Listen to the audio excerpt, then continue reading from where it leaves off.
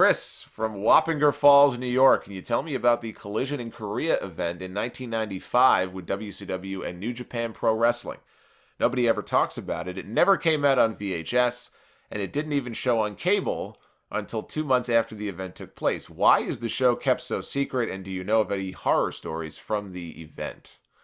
Well, I think New Japan may own the rights to the show, which is why it's not on the WWE network. I have no idea if it's on New Japan World. It was a joint show, as you said, brokered by Antonio Inoki and Eric Bischoff with WCW talent and New Japan talent. And Inoki at the time, I think this was back when he was in the government, I think, at the time. And he was trying to engineer better relations between the Japanese and the North Koreans. And so this was one event that was hosted as part of this big peace festival that the North Koreans were hosting.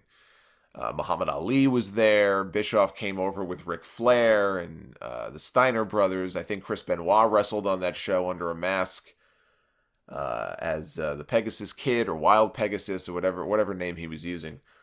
Flair and Inoki wrestled in the main event on night 2. They had something like 150,000 fans, supposedly, each night in the stadium. It was over 300,000 people. Both nights, if you assume that the second night was a completely different set of 150,000. We don't really know exactly who was in that crowd. Although I think it's safe to say nobody probably paid to be there. I think it was more that they were told to be there. But as far as any horror stories, it was more just, Bischoff and Flair in particular, I've heard in interviews talk about how intimidating it was. They had government officials there to greet them on the tarmac when they got off the plane. And the first thing they did was they took their passports away from them. So imagine flying to another country, let alone North frickin' Korea, okay? Or even some third world country somewhere.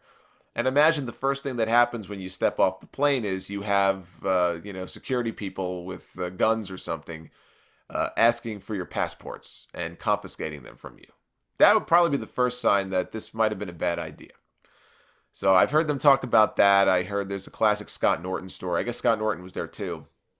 Although I don't know at the time if he would have been there on behalf of New Japan or WCW because he worked for both of them. But Scott Norton was there. And Ric Flair tells this story, actually. This might have been in his book. Maybe that's where I remember it from. But Norton was on the phone like at the hotel with his wife. Like he called home. And he was talking to his wife. And I guess he didn't like the trip. He didn't like something. And all of a sudden, his phone went dead. They cut his phone off. It's pretty scary stuff. Big Brother was watching them very closely from the moment they landed. But even when they landed, after they took the passports away from them, they separated them into groups. They took them to different hotels. I mean, put yourself in that position. How would you feel? You probably would be a little worried, I think, at that point. They wanted Flair to make a statement. When this whole thing was over, they wanted Ric Flair to make a statement about how great his time was there and how, now I see the North Koreans as someone who can dominate the U.S. if they wanted to. And he got around that somehow. Flair said he wasn't going to make that statement. I don't know what he said, but, it's every bit as bad as what WWE is getting heat for now with the Saudis. Only back then you didn't have social media. It just sort of flew under the radar. If they tried something like that today, believe me, the reaction would be very different.